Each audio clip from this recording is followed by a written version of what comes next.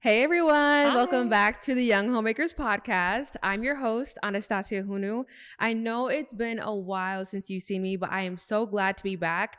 And don't you worry, I'm going to be regularly uploading podcast episodes again. So I'm so excited for this next journey going into 2025. And I am so excited to share the beautiful guest that I have on today. She looks a little bit like me, right? She gets her looks from me because she is my Little sister, Elizabeth. Hi, guys. Exactly. She's my little sister. She's my little one. Okay. This is something, it's really interesting. It's so funny. Every time that we meet people, they're like, who's the older one between me and her? And I'm like, I am obviously the oldest. Very clearly. But honestly, after I left the house, I kind of gave the older sister mantle to you. So Yes, you kind of have that like, I act older, like an older sister. Yeah. Exactly. And it's because, I had to pass it off to you when I left. So it's all right. It's all right. So yeah, I'm really excited today because she came out to visit and I thought it'd be so fun to talk a little bit about her story. We're going to have some great conversations today. And one of the big things that I really wanted to touch on is that she is a single homemaker. And I feel like that's a little bit of a controversial thing because people think that when you are a homemaker, you have to be a wife or a stay-at-home mom or a full-time homemaker without a job. So she's going to talk a little bit about her story and how she is preparing for marriage one day because you want to be married, right? I absolutely do. I would love to be married someday. Hey, any fellas out there? Okay. Christian men. Anyways. She wants to be married one day, and we're going to be talking about how she's preparing for things and what it looks like as a single homemaker. Of course, this is just our story and what we're learning. This is not me or her trying to share that we're experts, but I'm just really excited to ask you some things. So let's get to know each other. Yeah, let's get to know each other. Let's get right into the episode. Sister. Okay, cool. All right, so I have a couple questions here. Okay. And I thought it'd be fun to just go a walk down memory lane. Yeah, okay, let's do it. Yeah, really talk about what it was like growing up with me, your famous sister. Oh, okay. Yeah. Okay. What was it like growing up with me from your point of view now? Do you remember? Yes, of course I remember. So growing up with Anastasia, if I could put it in 3 words, it was chaotic. It was fun, and it was inspiring. It's a great word as well to put it. Yeah. I should have brought some napkins for crying. We're not gonna cry. I might. I'm such a crier. I'm a crier. Yeah, we will. It's fine. We will cry. Why do you say it was inspiring? We'll get to the chaotic next. Okay. It was inspiring because Anna paved the way for all of us. So in our household there was 4 girls, 4 daughters. And so Anna was the oldest of all of us, obviously, and it definitely paved the way for what we all wanted to be growing up as well. Little does Anastasia know, all 3 of her little sisters growing up just have done everything that she has done, monkey see, monkey do for sure, even though our 2 little sisters don't really get to see her growing up that much anymore. They walk in her footsteps all the time, and we're always doing everything that Anna had ever done growing up. So inspiring in that way for sure. Oh no, actually I think I am gonna cry. Oh my goodness, that's so cute. Now what makes it chaotic, me growing up with you guys? It was chaotic because our household, as I said, we grew up in an all-woman household except for my dad and any boy dogs that we had growing up. So it was just so much yapping, so much singing. We were a very musical household. You still always sing. Our house is still chaotic. Chilling. Our house is still chaotic, even without Anastasia being there. But with Anastasia as well, it certainly didn't help. It was even more chaotic, but I said, still very fun. That was the second word that I had used. Still very fun. Despite all the chaos, I would not have traded the way that I grew up for anything. It was so fun. Oh, Yeah. That's so cute. Okay. Thank you. Well, I will share a couple things about you. Okay. Well, here's I'll add a little bit more of, because she's being really nice to me right now. Okay. But this is like really cute. I actually really appreciate that you telling me this. You're welcome. Because like as sisters, do you really ever just take time to like, hey, by the way, you know, you inspired me and stuff like that? No, yeah, that's not like normal. Yeah. Like, typically. Like that's not normal. But one thing that I will share is that me and Elizabeth, growing up, it was chaotic because we were so close that at the same time, like you are the person who knows how to push my buttons.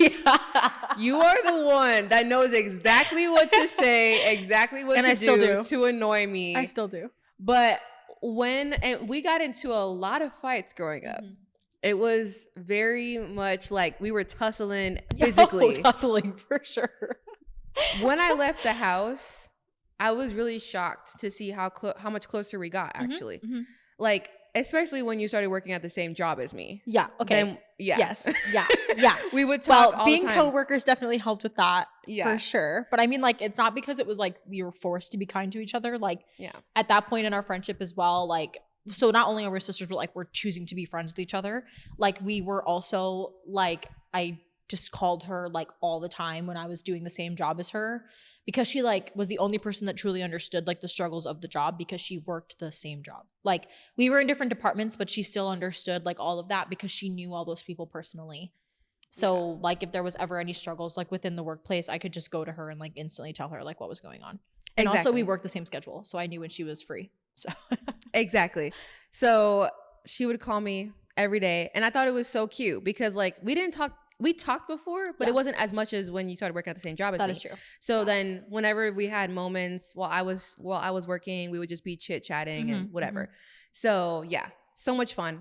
I absolutely loved us working at the same job, but I'm glad that you're off to doing your own thing now. You know, everyone's got to move on. Everyone has their own timing. That's fine. But that's amazing. And I will say, like after when you started to call me every day, when we started to do that, I just felt like now I feel like we're a lot closer for sure.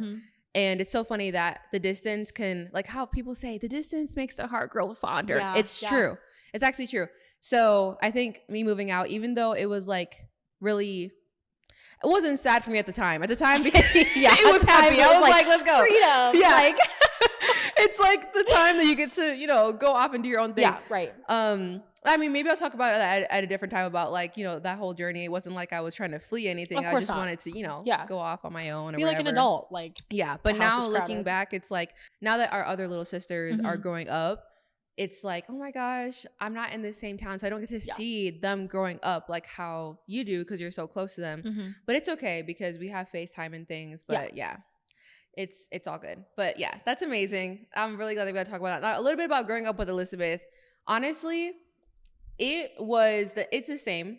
It was definitely the same, but it was obviously we had our arguments and all those different things. Yeah. But I really loved that, like how we both grew up. You always were popular. Like, was I? You always had, well, at least you had friends. You had like friends and people that actually wanted to talk to you and that still talk to you from high school. That is true. Like I maybe talk to one person from high school and maybe it's like once a year that we just, you know, but you actually have people that regularly you chat with. Yes, I do. And I always loved that. And I was always like, first of all, why do they like her and not me? Like, I'm just like, what's going on in high school? Like, what's going on? But yeah, people like you always had people around you and you were like so cute. I was an extrovert. You were someone who, I wish I could post a photo on this video about you were someone that liked to play with your fashion. I made some bold fashion choices. Yes, bold fashion choices. I did. But I can happily say that I paved the way for my community, okay? Yeah, everybody you did at my school, they loved doing like what I did, even though they made fun of me for it at the time. Yeah. And just so you know, we went to a small town. We grew up in a small town, 800 people in our town. So like her wearing bold fashion statements maybe would have been great in the city. Like you probably would have just met like. I was ahead of my time. Exactly. You're ahead of your time. And maybe if you were in this city, it would have just been like you were just blending in with everyone. That's true. If I lived in New York City, I would have been a fashionista. Exactly. I wish I could post a photo. You know what outfit I'm speaking of right now? The pants. The pants. Can I just describe it? Just describe it. Yeah. Okay. So we went to Florida on a family trip one time, okay? And we were thrifting in Florida. And I found these beautiful patchwork pants. Which actually, if we dug those up, and if we dug those up, they would be popular now. It might actually look really good now. They would be popular now, okay? Actually. At the time, they were not. At the time, they absolutely were not popular. But they were like these, like the whole like base of the pant was like khaki, and then there was like teal, zebra print, flower print, like patchwork, like on the leg of like the jean. And they were so cute, okay? They were so cute. But like, obviously, because like Anastasia said, like we did not grow up in a community where like stuff like that was cute. So everybody would just judge me every time I wore them, but they were so cutie. And I remember this one time, and I remember the first time that you did it, you had a whole outfit going on because you also crimped your hair, or you had braids on the night beforehand, so your hair was crimped. I crimped my hair, but you were going for a whole like hippie vibe. I brushed it so that my hair was like a big afro, like, big and it was like a bob at the time. So like, it definitely did like puff up, like that was the whole point. And I remember like, that's the point. I remember going to the bathroom to like look in the mirror, and that day my teacher walked in to the bathroom and she was like, "This is not a fashion show, Elizabeth. You need to get to the bathroom. You need to get to the bathroom and go back to class." I was like, I just wanted to look at my hair. Like nobody appreciated the look. Yeah. But they would appreciate it now. Yeah. Honestly, looking back, I kind of want to like cry my eyes out because that's so adorable. Like you were just like doing your best. I was trying. Yeah. I was trying. Yeah. Oh. Yeah.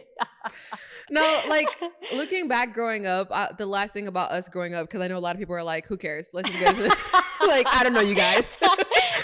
But one thing that I will say is that growing up, it annoyed me so much that you were like monkey see, monkey do. Always wanted everything that I wanted, all these different things, or always was doing everything that I was doing. Yep. But looking back, I'm like, that is so cute. Yeah. That is adorable. It was never at the time, like I would have never said like, oh, I just want to do what my big sister does. Like I would have never said that at the time. Like, I think it was just because like I knew like what her experience was with it. And I knew that if I experienced the same thing, like she'd be able to like tell me if like there were things that like I needed advice on, like it was able to be helpful to me. That must be so nice to have an older sister to like tell you I like her first job ever was literally my first job ever, like because she was working there. And so I was like, let's do it. Like Jimmy John's like let's have fun together. Like, let's do it. You were so okay. Can we please talk about how bad you were at that job? I hated that job. That job, I lasted like a month. Okay. I lasted like a month at that job. And that's the only job I've ever been fired from. But to this day, I will not tell anybody that I was fired from that job. So now you all know. Yeah. Now everyone knows. Now everybody knows. Next employer, she was fired from Jimmy John's at like 14. I purposefully leave it off of my resume. Leave it off my resume. It will never be on there. Never. Awesome. Well, that was a little bit about us in case you were interested. Yeah. Really excited to get into other parts of your story. Mm-hmm. So after we grew up together, we both went off on our own ways. Yes. I got married at 21. Yeah. And you stayed single. I sure did. At 21. I sure did. So I sure did. Nothing wrong with that. Because I'm really happy that you're here to share. So what I really wanted to talk to you about was you stayed single, mm-hmm. and not that you haven't dated before. Yeah. Yes. Yeah, you dated. But you're single right now, and I think that you got more into the homemaking things and whatever. So mm-hmm. you got more into things that you weren't interested in when you were younger. Yeah. Now that you have your own place. So I want you to just talk a little bit about your life right now, mm-hmm. and I'll ask you some more questions from there. Yeah. Okay. So as Anastasia said, I am single. That was not like originally the plan, but like obviously God had different things for me at the time. It was not my plan to move out when I decided to move out either. Not that anything had gone wrong at home. I loved being at home. I loved my family, especially because I was going through like a really hard time with like a breakup that I was not expecting. I clung to my family at that time like more than I had ever before. And my family and I got so much closer during that time because I just needed to like cling to them. And they were like just so stable when everything else in my life seemed like it was just going frantically wrong. So after I had graduated from community college, I was talking to one of my friends and she like jokingly mentioned like, "Oh, hey, like you should move to Milwaukee with me. Like that would be so fun." And I was like, "Haha, that would be so fun." And then it ended up not being a joke. As some people would say, we ended up bringing it out of the group chat and we did end up making that dream come to life. So, two girls from the middle of a cornfield, literally the middle of nowhere, decided to move to downtown Milwaukee. So I am not from this area, obviously. As Anastasia said, I traveled down here to see her, but I live up north in Milwaukee, Wisconsin, and I live in a beautiful, like, industrial apartment. Could not be happier, honestly. Hey, ladies, really quick. Are you curious about what this magazine is that is next to me on this episode? Well, this is actually our very first version of our magazine called Gather Here by Young Homemakers Club. This magazine is designed to be a tool that will help you make your home a joyful place. There are things in here like articles, tips, recipes, even worship music to help you during the winter and fall season.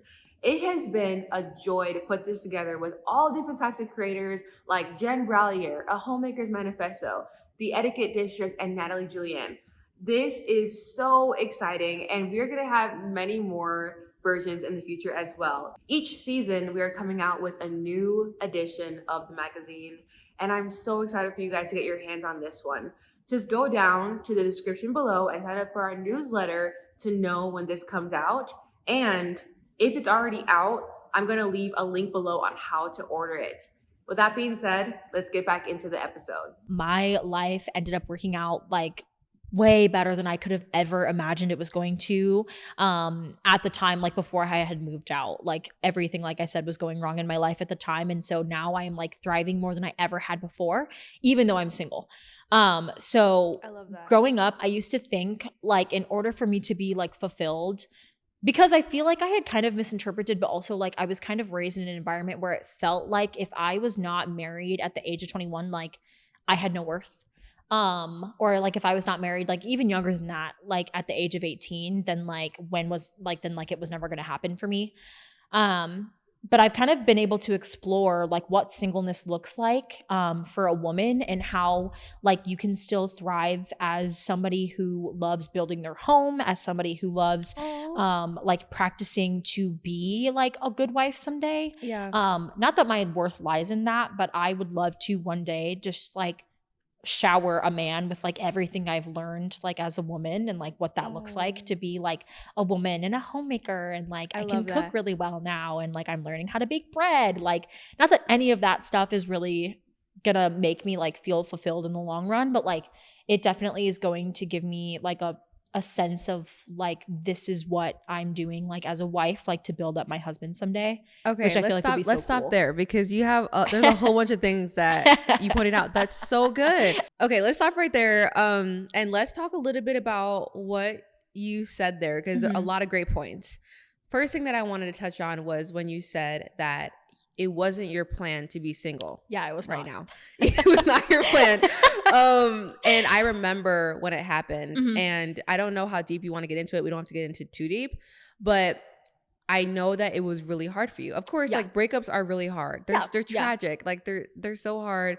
And in the moment, it doesn't seem like anything will get better. So I know you said that you clung to your family a lot. And I will say it's so interesting how different things are now than when we were younger. I feel like you are so much closer to the family now, like so much closer to our little sisters and mom and dad. Like it's so cute. So I want you to touch on even more. When did you finally feel like you were healed? What did you do? What are some steps that you did when you broke up and you started to heal? Yeah.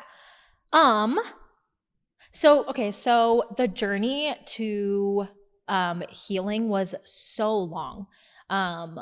Partially I feel like a little bit of that was like my own fault and like my own need for control, was just gripping onto the situation like so tightly. Like my knuckles were white. I was gripping onto that situation like so tight. I just refused to let it go. And like, even though God was clearly being like, Elizabeth, like you can give this to me. Like I have got you. Like I know where you're going to go. Like I know how this is going to end. Like Just give it to me. And every time I would be like, okay, I'll give it to you. And then I'd be like, no, wait, but I want control of this. Like it's not moving fast enough in the direction that I want it to go. And so like the healing situation was just really, really long. And so I would say it probably lasted about like 6-7 months until I was finally like, I can let this go and I could like breathe correctly. A lot of that was, like I said, just a huge help of like my family, my parents, my little sisters. If it was not for my little sisters, I don't know how I would have healed in that situation. Like my little sisters were such an anchor during that time, which is like so crazy because they were like 13 and 14. Like they did not understand any of what was going on. But like the beauty of that was that like they didn't have to. Like they just knew that like I needed help and like I needed support, and like they were willing to give that to me without any questions. Even though they did ask questions, it was just like, it was the right ones, like always at the right time. And like, they were just there for me whenever I needed it. Also like a lot of help to my friends, especially like the Christian friendships that I was having and like building at the time. Like those Christian friendships were always really pointing me back to what like a real love looked like, and like what the Bible says like love is supposed to be, and how the relationship that I was a part of was none of that, which was like super eye-opening. Yeah. Wow. And actually that really helped me like let it go. Like that really is what helped me like let that relationship go. Just like my friends constantly being like, this is what the Bible says about love. And how like my brain was always just being like, that's never what like the situation that I was a part of ever was. Like it was just never that. And that was like just super like eye-opening to me, being like, wow, I really need to get rid of this. It's so good that you're saying that now, because you would not have said that like no, never. a week after. Of course not. I would have never. You know? Yeah, I would have never. Crazy. No. So good. It just shows, I guess, like how much that situation had completely matured me like into a completely different person. Not to give that situation too much credit either, you know, like all of that's just God, right? So like it's not even that situation that changed me, it's God that changed me. Amen. Yeah. Hold on. Yeah. I'm so glad that we're doing this right now, because this is another side of you that I'm seeing here. I love this. I know, all that Bibling really helped. Just kidding. Yeah. Cut that out. I'm not. This is staying in. But yeah, so I mean, realistically, like it was never like the situation that had made me who I am today. It was always just God and like the people that he had continuously put in my life to like replace that presence, to replace that absence that I had felt from my ex, like in all that situation. Yeah. So one day, there had been like everything had kind of come to like this huge like climax. Like there had been the situation that it kind of came to like this huge like rising. I had been waiting for like a message, like, which is so dumb. I had been waiting for like a final response like on his end about something. I will never forget it. I was in like a parking lot for a thrift store. I was with some like friends of mine that are still some of like the best godly friendships I've ever had in my life. If not the best. And I had gotten like this huge message. And it was like earth shattering to me. It kind of like broke me down like as a person. And I was like, oh man, like I was really hurting, but I was really trying to show like my two friends that like realistically, like I was fine. And they kind of just like let me know, like, Elizabeth, like you're okay, like to feel however you need to feel about the situation right now. And what's the Bible verse that shows like love is patient, love is kind? Like 1 Corinthians. Yeah, 1 Corinthians 13 or something. Yeah, 1 Corinthians 13. Yeah, so like I was crying in the car. And one of my best friends ever, her name is Lori. Lori pulled out like her phone and pulled up like the Bible app on her phone, and she pulled up 1 Corinthians 13 and she started reading it to me. And she kind of just looked at me and she was like your relationship was none of that. Like your relationship had never been that. So and at the time that was really like, oh, wow, that was so hard to hear. Yeah. But like she was so right. Like the relationship I had been molding into, like thinking that it was a 1 Corinthians like 13 kind of love, like never was. So good. And from that point, I guess like kind of like December on of like 2022, I was kind of like, oh, like I needed to pursue something that was a 1 Corinthians 13 love. And then like kind of like around like March when I had turned 21 of 2023. So March of 2023, I had finally been like, I'm 21 and I am still hurting over a relationship I had when I was like 20, 19, 17, 18, like too young, like to have been feeling all that. And so I was like, I need to be pursuing something that's more like focused on me and focused on my relationship with God and focused on like what I want to be like as a woman. That's that 1 Corinthians 13 type of love is God. Yeah. I love that. That is so good. I'm so glad that you shared that. And one thing that I noticed too, after you had broken up with your ex, is that you started doing more things that you wouldn't have done before. Like, would you have gone to camp so much, or would you have traveled so much? Would you have done all those things if you had him? I definitely would not have. So like actually I had promised my ex at the time that I was going to stop. I like do volunteer work over the summer and I like minister at a Baptist camp that we had gone to when we were younger. And I had spent 2 summers there previously. And at the time I had promised him that I wasn't going to go back because like we wanted to be like with each other all summer and stuff. And so at the time, like it was never really my plan to go back. But then like around that time of like March of 2023, when I had finally been like letting go of something that just did not suit me anymore and was looking for things that really helped me thrive as a person and really like just drove up my like happiness meter, I was like, maybe I should go back. And so I sent them like an application and I got like an instant reply, like instantly, like my friend from camp, like Lori called and was like, hey, I saw you applied. Like, let's go. Like, let's do it. So yeah. I'm so glad. Yeah. And like she said, she volunteers at a Christian camp. And that is such a beautiful time. Yeah. I love camp. Me too. Like we've been to that's the one beautiful thing about how we grew up, even though like I know we didn't 100% love our church that we grew up in. Yeah. The best part, like one of the best memories, some of the best memories that I have with the church is going to these summer camps. You meet so many amazing people that you feel like you're going to be best friends forever, then you never talk to again. It's fine. But still, it's like the best week. Yeah, exactly. And sometimes I follow some of them on Facebook and I see them, you know, whatever. But it is amazing. It's so amazing. So like being able to serve at camp, I don't think I've done it yet, but I know I want to. I know I'm going to one of these summers. Yeah. Because that's such an amazing that you're doing. And that's one thing that's different between me and you. And I think it's because I'm the oldest that I had this idea of like responsibility and college and all these things, is that like you did all those fun things in high school. Like you did the plays and you did all these things, all these extracurriculars, and really had like enjoyed your time. And I was so focused on like, oh, I gotta save up for college, I gotta be responsible. I literally had 2 jobs and multiple AP classes at a time. I don't know why I was doing so much to like spend it all right away when I went to college. Like it was gone, the money was gone. Oh yeah. Yeah. And it's so funny how, I mean, I love that too. That was one thing that inspired me about what you did too growing up, is that like you did all those things and you had those experiences, which is amazing. And I have this mindset, and I still struggle with it right now, and nothing wrong with it. I kind of have this delayed gratification mindset of like, I'm going to pay off debt. I'm going to do this now. And then one day I'm going to do that.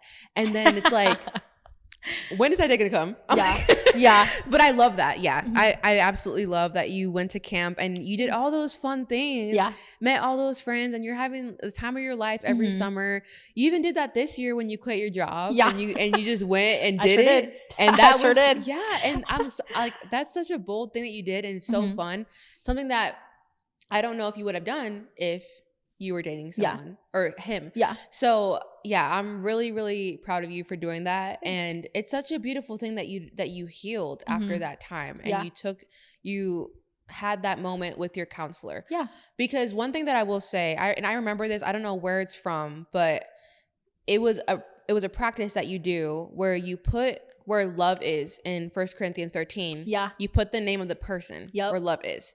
So whoever it is, like I'm going to say my husband, Chris is patient, Chris is kind, and all those things I could, and even just saying that right now, I'm like, oh, he is. Yeah. Because he is all those things. And I think if you can put the man that you are thinking of marrying, that you are with, put his name into some of those things. Is he a patient person? Is he kind?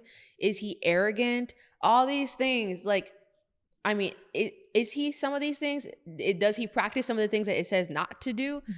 So then you know what type of person that he is. Because obviously we want a man who loves us like Christ loves the church. That's what it says in Ephesians 5, that a husband should love their wife like Christ loves the church. And then you see in 1 Corinthians, you see the Bible, it nails everything because it tells us how to love someone. It tells us how Christ loves us. Are you someone that cares about eating without seed oils? I am the exact same way. And the hardest part was finding chips that actually were delicious, but weren't made with seed oils. And that's why I'm really excited to share with you about Masa Chips. Masa Chips is the first seed oil-free chip brand that I actually enjoy. And I've tried the other ones at the store, but these are my absolute favorite. All they're made with is 100% grass-fed beef tallow, sea salt, and corn, and organic corn. That's it. And the sea salt is not too much, just sprinkled on there just enough. And they are crunchy. They actually make you want to eat them. So I'm so excited because they actually gave me a 20% off code to give to you guys. 20% off your order when you go to masachips.com and use code homemaker. You can get 20% off. So you definitely want to make sure that you're going and trying these chips today because you will be hooked on them. My favorite one is the blue corn tortilla chips. I just love blue corn tortilla chips. The best part about these chips that I actually feel nourished after eating them, I love making nachos with them and doing obviously chips and guac, but nachos, I mean, they're just so good. You don't feel nasty afterwards like you get with regular chips from the store. So I highly recommend you try them today. Go to masachips.com, use code homemaker, get 20% off your order, and I will see you back in the episode. So it's good to understand what type of man that you are with to know if he is the right person to marry or not. And that's your decision to make. So yeah, great job on that. That's so good. The next thing that I really wanted to get into was the next part of your story that you shared earlier. And that's how you are in a season now where you're learning things about homemaking. Yeah. And I don't know about you, and I don't know if we have the same mindset about this, but our mother, and we'll have to talk about this too. Yeah. That'll be like the next segment in the podcast. Our mother is the epitome of the Proverbs 31 woman. Oh, like yeah, she sure is. She amazing. Sure is. She even has her own bread baking business. Yeah, a bread baking business now. So she's amazing. And one thing that she showed us growing up was cooking and baking and learning new things and being patient and kind and submissive. Like mom is a very submissive wife. Yeah. Always made sure that her husband had the big chicken. Growing up, she made it clear that Fred came first. Yes. She made it clear that her husband comes first. And boy, was that irritating growing up. Yeah, and growing up, that was so irritating for me because she would make all this chicken and she'd be like, save the big one for Fred. Yeah, Fred gets the big one. Yeah. And we would like just be taking like one spoonful of something. Yeah. She'd be like, make sure you save some for Fred. Yeah. And growing up, that annoyed me because it's like, I'm hungry too. Like I'm a growing daughter. I want to eat. Exactly. But now looking back, it's like, wow, what an example of how you should be honoring your husband. Yeah. What an example of how you should put your husband first and how that matters. When you have a marriage that is so strong and that comes first, then you guys can tackle the children together. Then you guys can like raise the children together. And that's one thing that I saw them always a united front. Like I don't even remember them ever arguing. Always. No. Never. Like they were always united about like every decision, every yes. decision that was ever made. And they made their own decisions behind closed doors, you know, and I love that. Yeah. So yeah, my mom was such a great example to us. And one thing that the reason why I bring this up is because, and we'll talk a little bit more about this later and about how that inspired both of us. But I want to know, what are you learning now in your single season while you live somewhere, you have a roommate? Yeah. You said it got out of the group chat, and now it's real. Yep. You have a roommate who's a woman, and now you're learning some of these things. And I don't know about you, but when I was younger, I wasn't quite interested in any of that stuff. No. I knew how to make an egg sandwich. Y'all, I had a famous egg sandwich. A mean egg sandwich. Okay.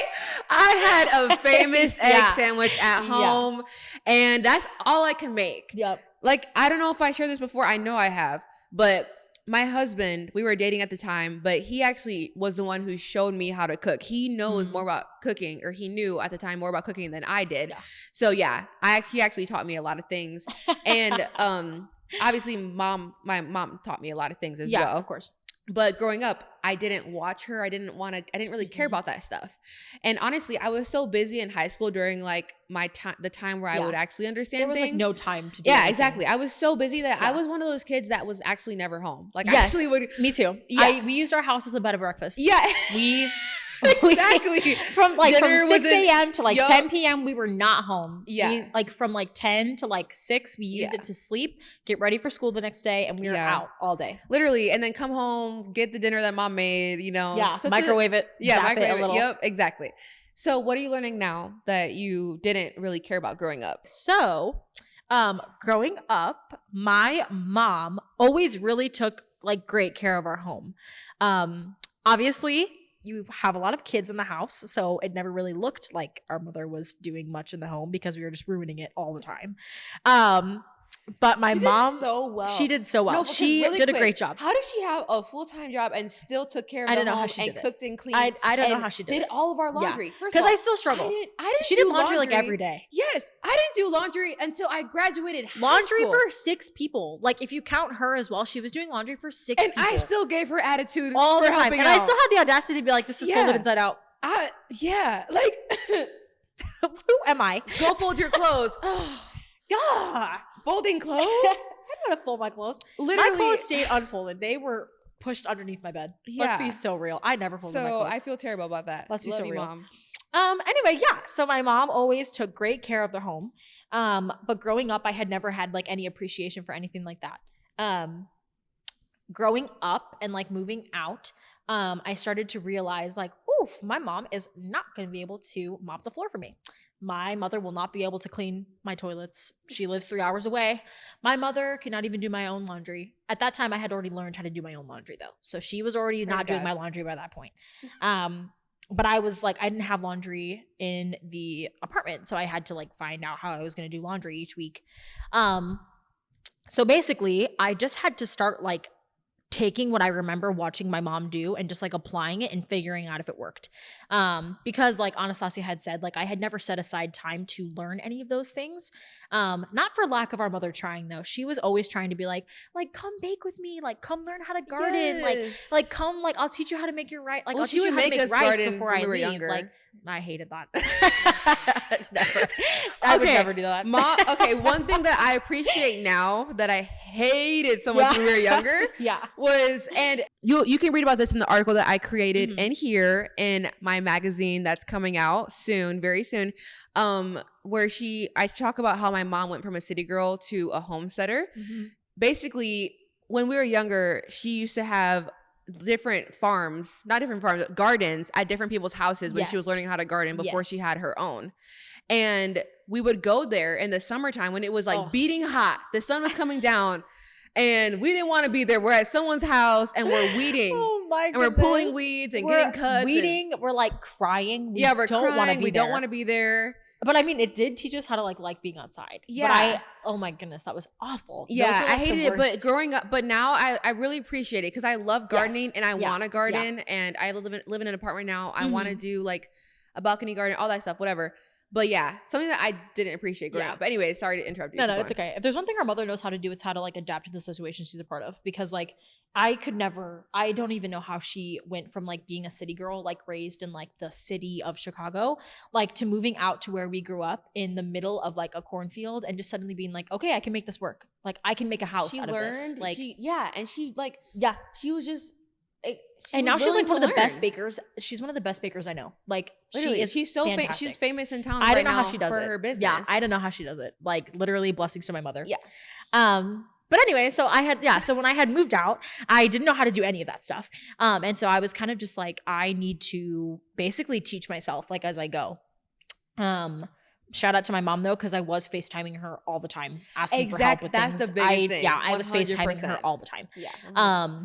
And I kind of just was like, I need to learn how to cook. I need to learn how to like cook for myself, and like boxed mac and cheese and buttered noodles ain't gonna cut it every day. Because if there's one thing I know how to make, it's a good buttered noodle.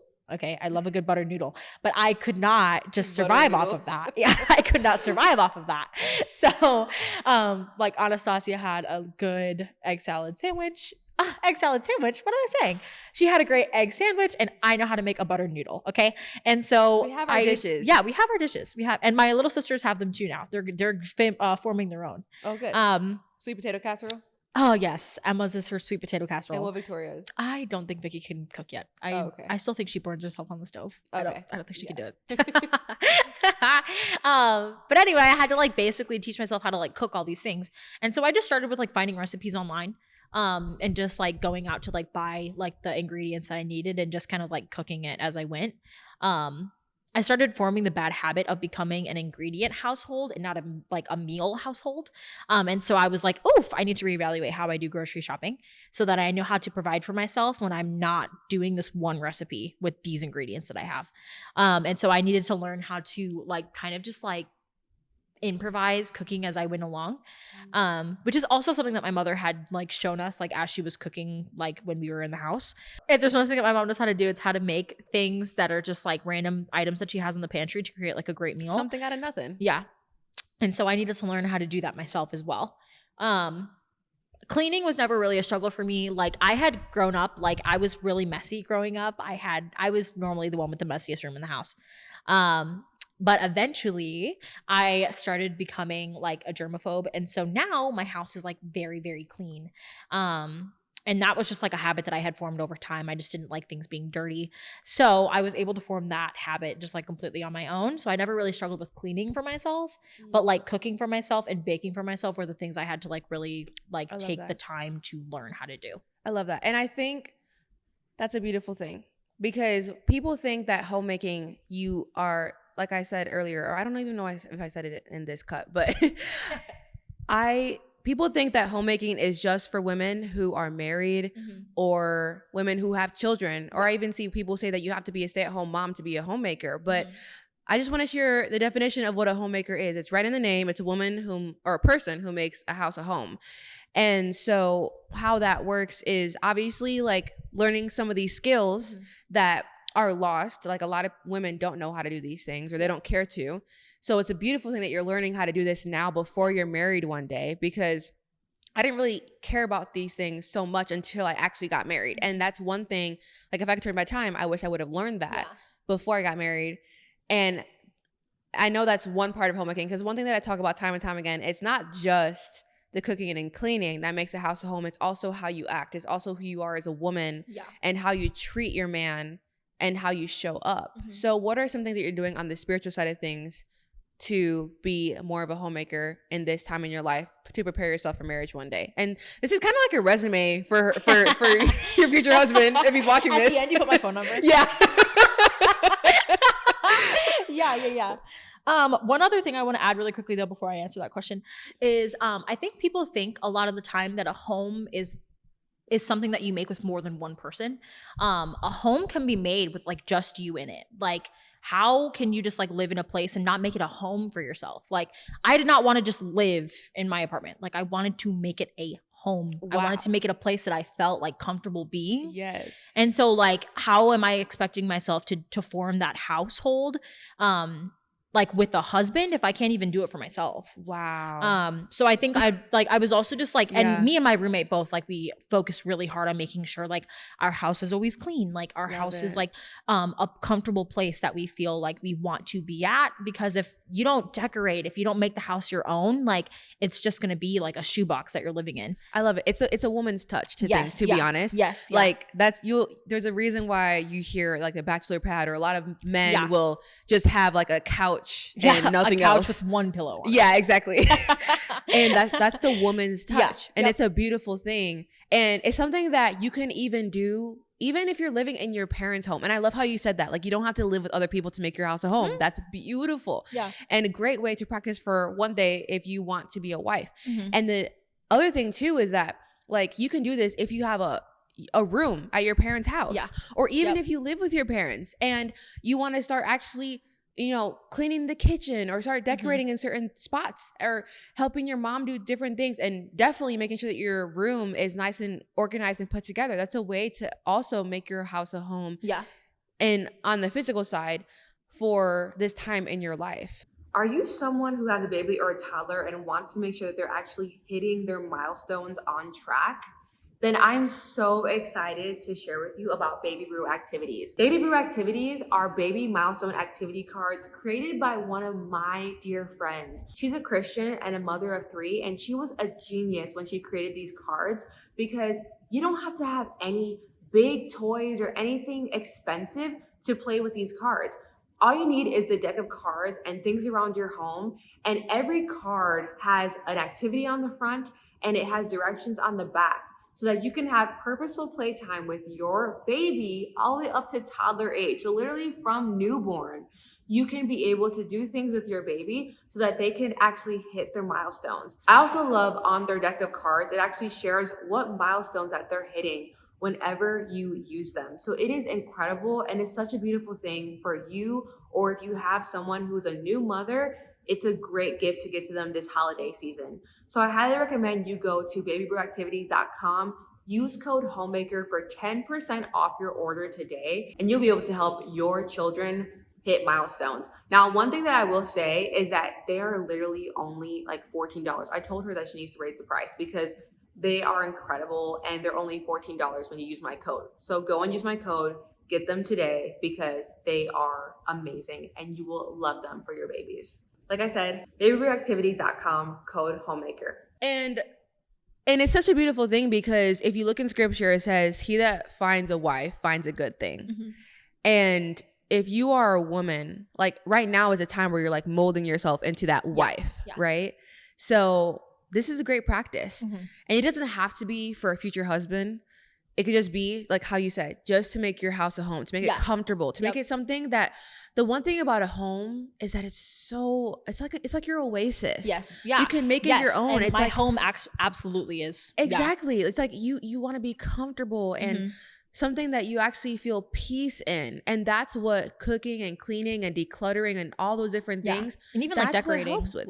Decorating, actually adding things to the walls or adding little trinkets or whatever. And obviously everyone has their own style. So doing it how you enjoy. But I think it's that woman's touch. And that's the beautiful thing about women. Like we're so creative. And you see that in Proverbs 31. You see how creative she is as a woman. And I mean, men are creative too, but it's most often the women that add that touch to the home. So it's beautiful that you're working on that now before one day when you actually have a home with your husband or children. So now let's get to the spiritual side of things. So what are some things that you're doing spiritually to help yourself one day when you get married? So some things that I'm doing to help myself like just form like a good spiritual relationship, like is just making sure that I'm putting like my growth in the Lord first. Especially like the way that I'm trying to be intentional with like going to church and like forming friendships in the church and like being active in church. Like living on your own, like when you don't have your parents to like drag you out of bed and go to church on Sundays. I had to really like force myself to be diligent in the way that I wanted to form my own relationship with God. I had to learn like what that meant for me and like what I wanted to create like for myself and my relationship with Jesus. And so I had to be really diligent in the way that I did my Bible studies, in like what I was studying, making sure that it was helping me like actually flourish like on my relationship with Christ. I didn't want it to just be like a stagnant relationship. And sometimes I still kind of struggle with that because like it is kind of hard sometimes like living on your own. And so I am doing like a lot of Bible, or I was doing a lot of Bible studies around like what quiet time with the Lord looks like. Oh, that's good. Currently, I am doing a Bible study called Get Out of Your Head. It's not supposed to be like it's not like it's a book, but it's not in the way of like a Bible study. That's not how it's like templated. But I've been like making it into like separate things that I can like just study like for that day, like whatever chunk of the book that I read. It's basically about like letting go of control. I struggle with anxiety. As I had said previously, I struggled with control. And I find myself in sometimes of my of my walk with the Lord still trying to grasp that control of like random things in my life. And I have learned time and time again that the Lord will literally just like rip it out of my hands if he has to be like, hey, focus on me, like focus on me. And so I've been learning a lot about like what that control, like what it looks like to have no control, and allow God to have all of it. And really controlling the way that I like think. Because if there's one thing I can control, it's the way that like I like take care of my thoughts, and it's the way that I take care of who I am as a person. I cannot control like other situations other than that. And so I really try to focus on like what I can do to make sure that I am in the right place and like taking care of myself, and like making sure I'm not doing things that are not good for me. Like spending too much time on social media, or like spending too much time on like electronics or anything like that. You hear that? She's not on social media like that. I'm not. She stays by herself. She's a woman of God. You men out there. I'm just kidding. No, I'm just kidding. No, but that's amazing. That's so beautiful. Yeah. And I'm so glad to see that your growth. It is a work in progress. Obviously. Yeah. Yes. Obviously it's a work in progress. I mean, not it's not perfect. Yeah. Yeah. It's right now we're on this earth. Obviously things are not perfect, but that's such a beautiful thing. You're working on yourself. You're also worshiping at church. Yes. And yes, I am. Yeah. Serving, and that's such a beautiful thing. All of this together are things that one day will bless a man. And it's great that you're doing this right now, just because this is your life and you want to have a better life and you want to be comfortable in your home. And you're doing all these things to go closer to God. It doesn't have to have that end goal of finding a husband, but I know that is your goal. That would be nice. Yeah. And I'm definitely not one of those people. Like, I'm not one of those people that's like, just, you know, those people that are kind of like, you don't need a man, like just never worry about that. It's okay. Like never think about it. Listen, Sharon, I'm going to think about it. Okay. Yeah. I'm going to think about it. Exactly. There's nothing wrong with, I will say there's nothing wrong with desiring a husband. I think that it's like, to me, it's like toxic positivity in the Christian space for women. Why do we tell women that they shouldn't desire a husband, or that when they're in their single season, they should just focus solely on the Lord and never have a thought about that? No, actually, it's a beautiful thing to work on yourself and to think, actually, I'm doing this because I want to prepare for a man one day. It's trying to find like that sweet spot, like, because it's either like you don't think about it at all and that's wrong, and you don't have a desire to do that, like that's like wrong. Yeah. Or you think about it too much, and that is like your motivation for everything that you're trying to do. Right. And you're idolizing like what this husband looks like, and like you need to find like that sweet spot in the center. Yeah. Sometimes I still kind of struggle one way or the other. Yeah. But I definitely am working on like what that looks like for me to just like be in the center of that, and kind of be like, okay, like I know God would not give me this desire like for nothing. Yeah. And so kind of just trying to find like patience in the waiting, and like finding ways for me to like flourish and focus on God like in this waiting period of my life, where I'm like, love it. Maybe I'll have a husband. Like, I don't know. And that's all you can do right now, is like actually focus on yourself, focus on staying busy, actually being creative, doing things. One thing that I learned is that when you're not busy and when you're being lazy, or when you're like not doing anything in your life, that's when the thoughts really creep in, or that's when you think, oh, I'm lonely. But it's like, have you been productive? Yeah. Have you done anything to help yourself today? Yeah. Like anything at all. Anything. And it doesn't, obviously, like you'll still have those moments. And I'm not saying that to be so busy that you never have time to rest, or that's not what I'm saying. Like, what I'm saying here is that like, if right now, if I was single, like I would, like how you said, I'd be volunteering. I'd be doing all the busy things. Because here's the thing that you'll learn too. When you get married, there's not all of a sudden like something that comes into your life where you're like completely fulfilled now that you're married. Yeah. Yep. You also have to learn while you're married to live without him when he's away at work, when he's gone. Like there's people that have attachment issues to the point where like they can't even be away from their husband because he's at work or he's gone on a trip or whatever, and you can't live without him. Yeah. You still have to learn how to do your own thing when you're married. Yes. Yep. Yeah. And you have to learn how to be creative and be able to have time on your own. And you don't want to be someone that like drives your husband crazy because you need him so much that you don't want to be by yourself. Exactly. You can't even be by yourself. And I had to learn that. I'm speaking from someone who's like, I had to learn because I was someone who just needed attention so much or needed him all the time. And it's like, once I learned how to do things that I enjoy, and I help with the babies at church and I do different things, doing my own things has been so beautiful. And I'm, having that time by myself where now every time that I have my time with my husband, it's actually nice and productive. It's special. Yeah. And even though of course, like my heart is like, I want to be with him every second of the day, all the time. It's really nice to have those time by yourself. And you have to learn how to do that anyways. So yeah, I think you're right. There is like those different sides where it's like not wanting husband at all. I don't think there's anything wrong with that either. Like if you want to be a woman who's single and you just literally don't feel like having a husband, that's fine. But like that means that you also like there's a little different there because in scripture where Paul is like, hey, it's better to not be married, but if you have passion, it's better to be married than to be burning with passion. But so if you're a woman who has no desire to be married and you actually want to focus your whole entire life on God, that's fine. It doesn't mean, and those are people that does happen to some women. Yeah, like, it won't be me. It's not me. Yeah, it's not me. But there's women out there that's fine, and if that's what you want to do. But it doesn't mean that you like don't get married and just sleep around and have boyfriends. Like it's because then people also take that and be like, oh, I'm just not. It's better to not be married. I'm just not be married. Yeah, no. Yeah, exactly. But at the end of the day, you're right. Like yes, you shouldn't want a husband so much to the point where he becomes an idol and that's all you think about. Yeah. But that's where I think you're a type of woman where maybe you're not doing anything with your life and all you're doing is thinking about it, know? Because when you're busy, when you're with friends, when you're enjoying your life, traveling, are you always all the time thinking, I need a husband, I need a man? It's like, no. Yeah, it's like your mind is like on thinking about the moment. And of course, maybe like a thought in your head is like, oh, it would be nice if I had someone holding my hand right now or something, like it would be kind of nice if we were cuddling right now, but it's fine. I'll take my friends, whatever. Yeah. Like I'm sure those thoughts come in now and then, Every once in a while. Yeah. They do. Yeah, they creep in sometimes. There's nothing wrong with that. That's the thing. It's like God designed us. God literally said to Adam that it wasn't good that he was by himself.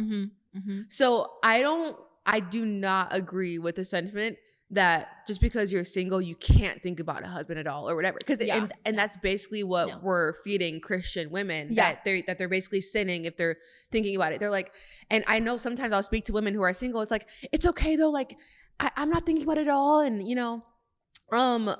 I'm just so thankful that, they try to like go the opposite direction and say all these things to like try and reassure me that they're not idolizing. I'm like, don't worry. Like you don't have to. It's okay. Yeah, it's okay. It's okay that you want a husband. Yeah. Anyways, that was really good. And I think that's wonderful. It's a wonderful thing that you're doing right now. And thanks. I'm trying. Doing the work on yourself right now is a beautiful thing for your future husband. And one thing that, like I said before, like I learned a lot of these things when I was married.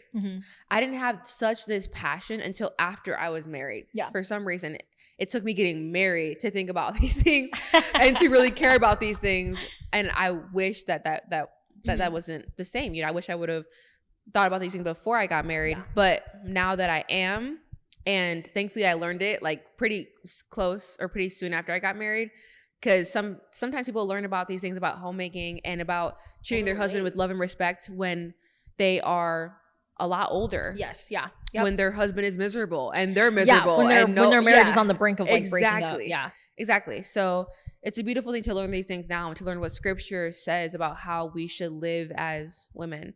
So that's amazing. Yeah. Now, I was going to go into a segment about like things that we got inspired or things that inspire us about our mom, but we basically already said that earlier, so I don't think we need to do that anymore. Yeah, but I will say a couple last things about that. Proverbs 31 is something that we talk about a lot, and it can seem like it's an unattainable thing, but I think that there are examples. I don't know if I have multiple examples of women in my life. Yes. Yeah. Yep. Of that are these type of women that are women that work hard, that take care of their home, that are creative and put their husbands first and are women of God, all these beautiful things. And one thing that mom that I saw her do time and time again, never failed. She was always reading the Bible in the morning and nighttime. Yes. Yeah. Yep. And one thing that she did growing up was she actually read a book to us and would read a book and a Bible and like a story from the Bible. Yeah. Every night she would read to us. Even at times where I was just like sleeping, I didn't really care. She would still read it to us, like even though we were asleep. Like exactly. Because I remember waking up sometimes and having her still like hearing her read She would read to us. She would make these beautiful little booklets with Bible verses and put it on the. It makes me want to cry my eyes out. Yeah, it makes me want to cry my eyes out. She would make these Bible verses and write these notes to us, and like she was just such a beautiful mom growing up. Like that's such a beautiful thing. And the one thing that I think about right now while we're saying all these things about our mother is the Bible verses in Proverbs 31. I'm gonna get the exact Bible verse out because like it's so good, and I think we need to talk about it because it just reminds me of the type of woman that we should strive to be when you are a wife. So it says, her children rise up and call her blessed, her husband also, and he praises her. Many women have done excellently, but you surpass them all. Charm is deceitful and beauty is vain, but a woman who fears the Lord is to be praised. Give her of the fruit of her hands and let her own works praise her in the gates. This is so beautiful because this is us right now. And I'm noticing this as we're praising our mom. I'm like, we are being those children that are rising up and calling her blessed and praising her for all the works that she has done. And all the fruit, I'm going to cry my eyes out. I'm sorry. I'm going to cry. I'm feeling a little emotional. Yeah, I'm feeling really emotional. All the fruit of what she did growing up, even the times that all those things that she did thanklessly. Thanklessly. Ooh. Yes. All the times that I was like, oh, see, I'm going to cry. See, I'm so... Thanklessly, she did these things for us. Yep. And now we're here praising God. Yes. And she is helping she helped another generation. She broke generational curses. Yeah, she sure did. And now we will have generations. She sure did. Yes. Yeah. Now we will have generations coming from us of people who praise God. Yep. Because of the works that she did. This is the fruit that came from her hands. Yes. And her hard work. Oh my goodness. Yeah. You need to call her mom later. Yeah, I need to call mom. Actually, can we FaceTime her right now? Oh my goodness. Wow. So yeah, she did all that and now we're here. And yeah, it's such a beautiful thing. So that is the importance. That's the importance of a woman of God in the home. Yeah. That's the importance of a homemaker. Yes. Of someone who takes care of her home, who puts God first, who puts her husband first, who takes care of her children and teaches them well. Ooh. Yes. All I have to say is that like I know like our mother, like there's just no other word like for my mom, but like just so awesome. Like our mom is just so cool. Like she is. Like if they're like I had said earlier, like my mom, she knows how to adapt. Like our mother knows how to adapt to any situation like she's ever been in. And like Anastasia had said, like breaking those generational curses to adapt to being the mother that she wanted us to be and the mother that God called her to be as well. Like just truly taking like her time, like each and every day, like every morning when she rose and every night like before she went to bed, like just taking time to like dive into the word and for like her to find out like what God's plan was for her. And like, and she still does that to this day. Yeah. Like even like, I know she still does that. Her broken Bible with her Bible cover. It's like a soft cover Bible that's like breaking at the seams. Yeah. Like that soft cover Bible. So much. Yeah. Yeah. That soft cover Bible, like we need to replace. Like, we need to get her new Bible. Yeah. And the beautiful thing too is that one thing that I'm going to mention again, I don't know if I mentioned it earlier, but she has such a respect for her husband. Yeah. Yep. She does. And that's one thing that I'm inspired by. Yes, yeah. Like and it's so obvious. Yeah, it is like it is so clear. Like she's so in love. She doesn't compare her husband. She doesn't talk bad about her husband. Never. She doesn't belittle him, make him feel dumb. It supports all of his dreams. Yes. These are the things that we are inspired by with my husband currently and with your future husband. These are things. So the reason, Laura, I just want to tie this all together to end this episode is that this is the importance of a homemaker in the home. This is how important it is. We make a huge difference. Women, we make a huge difference in the home. Women will say that you're not successful unless you have a big career, unless you are making all this money. But I would say our mom is extremely successful. Absolutely. She's extremely successful. Absolutely. She is a lunch lady at our local at a local school. Yes, she sure is. She's a so a manager and all the little kids love her. Yes, all the little kids love her. And she worked that job because it was really close to home. Yeah. She'd be able to spend time with us. Yep. She was able to be home after work. She gets off early enough that like we would get home from school and she'd still have like dinner waiting for us on the table. Yes, and she has opportunities to go off and get bigger jobs and do whatever, but she chooses to do something where she can be present in her home. And she created this for us so that now, she did this, obviously, like her and Fred work together, and I call him Fred because he's my stepdad. Yeah. So like, yeah, so it's a little different. Yeah. And he's my dad. He's still my dad, but yeah, basically, I have two dads. I have my dad, I have my stepdad, whatever. Both great men, both amazing men. Very thankful for that. I have great men in my life. But all I have to say is like her working hard and doing all these things for us in the home has done numbers for what our life is right now. Yeah. And what decisions that we're making for being wives one day. And one thing that I will say is that like women will say that the only way to be successful is to have these big jobs, be in the corporate world, do all these crazy things. And to be honest, I'm doing those things. Like I work in the corporate world. Like I'm being successful in certain things. Yep. But when you prioritize your home and make sure that's important, it changes generations. And I think it's such an important work that I wish wasn't so downplayed. Yes. Yeah. I would also say that's where you see like the biggest results, like too, like building up like a beautiful home, like, and building up these kids. Like I hope that my mom can like look at like what she's created. Oh my goodness. Oh my.